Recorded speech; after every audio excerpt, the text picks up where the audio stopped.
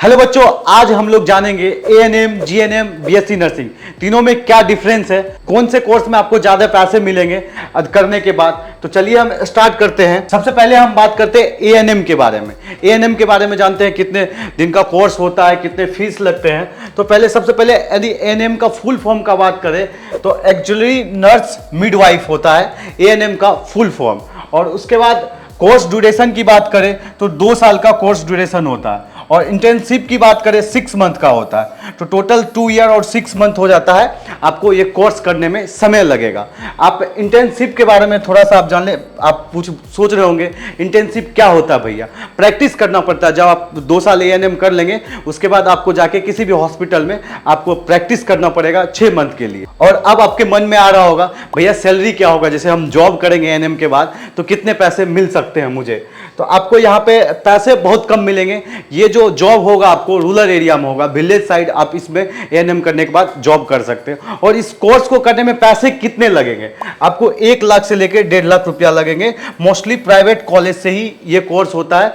Mostly आप देखेंगे तो प्राइवेट कॉलेज में ही एएनएम का कोर्स होता है। और कोई एंट्रेंस एग्जाम देना पड़ेगा इसके लिए?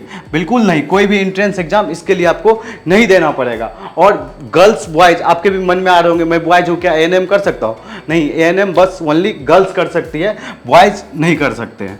और इसका सैलरी आपको बता दिया 8 to 10 के सैलरी होंगे। आप एएनएम करने के बाद 8 से 10 हज़ार रुपया कमा सकते हैं। और ये पहले ही मैंने क्लियर कर दिया, रूरल एरिया में, विलेज में आप ये काम कर सकते हैं। एएनएम करने के बाद वहाँ पे जो हॉस्पिटल होते हैं, चाइल्ड केयर होते हैं, तो वहाँ पे आप काम कर सकते हैं। अब मेरा मानना हो तो मैं कहूँगा यही, आप जीएनएम करो या बीएससी नर्सिंग करो, एएनएम नहीं करना चाहिए। बल्कि आपकी आर्थिक स्थिति अच्छी नहीं है फिर आप एएनएम कर सकते हैं और आपके पास समय भी नहीं है तो आप एएनएम के बाद जीएनएम कर सकते हैं। थोड़ा सा ज़्यादा टाइम आपके पास और ज़्यादा और भी समय नहीं दे सकते। सबसे अच्छा कोर्स बीएससी नर्सिंग होता है, पहले आपको मैं क्लियर कर दिया। लेकिन आपके पास समय नहीं है, थोड़ा सा और ज़्यादा समय दे सकते हैं एएनएम से, तो आप जीएनएम कर सकते हैं। जीएनएम का यदि थोड़ा सा बात करें तो जीएनएम क्या होता है, तो जीएनएम का पहले फुल फॉर्म देख लेते हैं। जनरल नर्सिंग मिड फेडी होता है जीएनएम का फुल फॉर्म। और आगे हम बात करें इसको कौन कौन कर सकते हैं, लड़का भी कर सकता है, लड़की भी कर सकता है, दोनों कर सकते हैं, बॉयज भी कर सकता है, गर्ल्स भी कर सकता है ये कोर्स को। और कोर्स का ड्यूरेशन की बात करें, कोर्स ड्यूरेशन जो है 3 साल का होता है। इसमें भी 6 मंथ का आपका इंटर्नशिप होता है। 6 मंथ आपको प्रैक्टिस करना पड़ेगा। जितना अच्छा प्रैक्टिस करेंगे उतना अच्छा आपको जॉब मिलने में आसानी होगा। अच्छे अच्छे हॉस्पिटल में जॉब मिल जाएगा आपको। और यहाँ पे आपकी बात करें फीस की, जब आप पढ़ाई करेंगे तो फीस कितने लगेंगे, तो यहाँ पे आपके फीस लगेंगे 2.5 लाख रुपया 3 साल का। आपको 3 साल का 2.5 लाख रुपया, 2.5 से 3 लाख रुपया लगेगा 3 साल का। तो इसका फीस भी यही है, same as it is fees दिख रहेगा, उसका भी 2 लाख लमसम लगेगा आपको। एएनएम करते हैं, जीएनएम करते हैं तो 3 लाख लगेगा। तो थोड़ा सा ही डिफरेंस है। और क्राइटेरिया की बात करें तो आपके 12th में फिजिक्स केमिस्ट्री बायोलॉजी होना चाहिए। यदि आपका फिजिक्स केमिस्ट्री बायोलॉजी नहीं है तो आप जीएनएम का नहीं कर सकते। और थोड़ा बहुत इंग्लिश भी आपको आनी चाहिए, इंग्लिश भी आना नेसेसरी है। थोड़ा बहुत यदि इंग्लिश नहीं आता तो फिर भी आप जीएनएम नहीं कर सकते। और 50% मार्क्स आपके 12th क्लास में होनी चाहिए। यदि आपके 12th क्लास में 50% मार्क नहीं है फिर भी आप नहीं कर सकते। यहाँ पे जो आपके सैलरी होंगे 20 to 25 के होंगे, 20,000 से लेके 25,000 आपके सैलरी होंगे जब आप हॉस्पिटल में जाके जॉब करेंगे तो। और यहाँ पे भी आपका एक्सपीरियंस मैटर करता है। जब इंटर्नशिप आपके होंगे तो वहाँ पर जितना अच्छे प्रैक्टिस करेंगे उतने अच्छे हॉस्पिटल में आपके जॉब लगेंगे, उतने अच्छे आपके सैलरी होंगे। और उसके बाद मल्टीपल हॉस्पिटल में आप काम कर सकते हैं। जैसे आप सोचिए डे में कर लिए किसी हॉस्पिटल में काम 3-4 घंटा का, और फिर इवनिंग में किसी हॉस्पिटल में कर लिए, तो आप ज़्यादा से ज़्यादा पैसा कमा सकते हैं इस तरह से। और नर्सिंग में सबसे बेस्ट कोर्स होता है, आपको स्टार्टिंग से जब मैं एएनएम के बारे में बताया, जीएनएम के बारे में बताया, उस टाइम भी आपको मैंने बताया बेस्ट कोर्स होता है बीएससी नर्सिंग। आप बीएससी नर्सिंग बेझिझक करें, अच्छे सैलरी भी इसमें। तो चलिए बीएससी नर्सिंग के बारे में थोड़ा सा समझते हैं, आपको भी हम समझाते हैं। तो बीएससी नर्सिंग के लिए आपको एंट्रेंस एग्जाम देना होता है।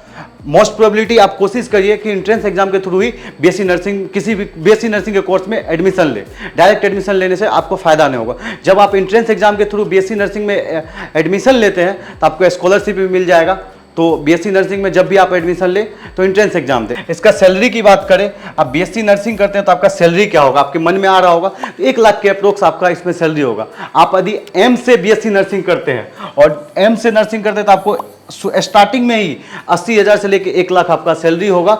जस्ट एम्स में आप बीएससी नर्सिंग कंप्लीट किए और उसके बाद किसी हॉस्पिटल में आप ज्वाइन करते हैं तो आपका 1 लाख के अप्रोक्स सैलरी होगा। इसके लिए आप एंट्रेंस एग्जाम कौन कौन से होते हैं, तो पहले नीट होते हैं। आप नीट के थ्रू भी बीएससी नर्सिंग में एडमिशन ले सकते हैं। नीट में आपके कितने मार्क्स होना चाहिए ये भी आपको बताएंगे। सीयूटी के थ्रू भी आप बीएससी नर्सिंग में एडमिशन ले सकते हैं। तो सीयूटी में आपके कितने मार्क्स होना चाहिए एक एक करके उस पर हम डिस्कस करेंगे। तो अभी पहले देखते हैं स्टेट वाइज। स्टेट वाइज भी बहुत सारे एग्जाम होते हैं, जैसे सीपी नेट होता है यूपी में, उसी तरह से बीसीबी करके बिहार के लिए होता है, मद्रास के लिए अलग होता है। स्टेट वाइज भी एंट्रेंस एग्जाम होता है जिसके थ्रू आप बीएससी नर्सिंग में एडमिशन ले सकते हैं। और एंट्रेंस एग्जाम जो होता है आपको पहले ही मैंने बताया, स्कॉलरशिप मिल जाएगा और बेस्ट कॉलेजेज आपको मिलने का मोस्ट प्रोबेबिलिटी चांस रहेगा जब आप एंट्रेंस के थ्रू एग्जाम देते हैं। जैसे डायरेक्ट किसी कॉलेज में एडमिशन लेंगे तो आपको उतने अच्छे कॉलेज नहीं मिलेंगे, और उतने अच्छे कॉलेज नहीं मिलेंगे तो आगे जाके आप उतने अच्छे पैसे नहीं कमा पाओगे। जब किसी भी हॉस्पिटल में आप जाओगे जॉब करने तो सबसे पहले पूछा जाएगा आपने बीएससी नर्सिंग कहाँ से किया, तो उस टाइम आप फंस जाएंगे। इसलिए कोशिश करें स्टार्टिंग में ही थोड़ा सा कष्ट कर ले और हम एंट्रेंस दे के ही बीएससी नर्सिंग का कोर्स ज्वाइन करें। और नीट में आपके जैसे मैंने पहले बताया 440 मार्क्स होना चाहिए। 440 मार्क्स होता है आपका तो बीएससी नर्सिंग के किसी कॉलेज में आपके एडमिशन हो जाएंगे, अच्छे कॉलेज में एडमिशन हो जाएंगे, नो डाउट। और उसके बाद नीट में जो पढ़ाई होती है आप भी जानते हैं, फिजिक्स केमिस्ट्री बायोलॉजी पढ़ना होता है और 11 12 दोनों पढ़ना पड़ता है नीट के एग्जाम देने के लिए। तो ये सिलेबस हो जाता है नीट का। और उसके बाद सीयूटी के बारे में डाउट हो रहा होगा आपके मन में, सीयूटी में भैया कितना पढ़ना पड़ता है। सीयूटी में आपको मोस्ट प्रोबेबली 12th क्लास का ही पढ़ाई करना पड़ता है, उसी के बेसिक्स पे एग्जाम हो जाता है। लेकिन उसमें 2 चीज़ इंपॉर्टेंट हो रहा है, इंग्लिश और जीके, ये दोनों सब्जेक्ट भी आपको पढ़ना पड़ेगा जब आप सीयूटी देते हैं। तो यदि मोस्ट क्वेश्चन जो रहता है 75% की बात कर ले तो वो क्वेश्चन रहता है फिजिक्स केमिस्ट्री बायोलॉजी से ही। यहाँ पे जैसे मैंने पहले ही बता दिया 75 क्वेश्चन जो रहते हैं फिजिक्स केमिस्ट्री बायोलॉजी से रहते हैं, लेकिन 25 क्वेश्चन जो रहते हैं जीके और इंग्लिश से रहते हैं।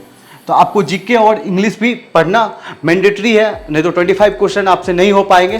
तो आप जीके और इंग्लिश को पढ़ें। इंग्लिश में बेसिकली क्वेश्चन रहता है जो आप पढ़े होंगे 9th 10th में, कोई हार्ड नहीं रहता, तो थोड़ा बहुत बेसिक नॉलेज आपको इंग्लिश में होना चाहिए। यह पूरा था बीएससी नर्सिंग के बारे में।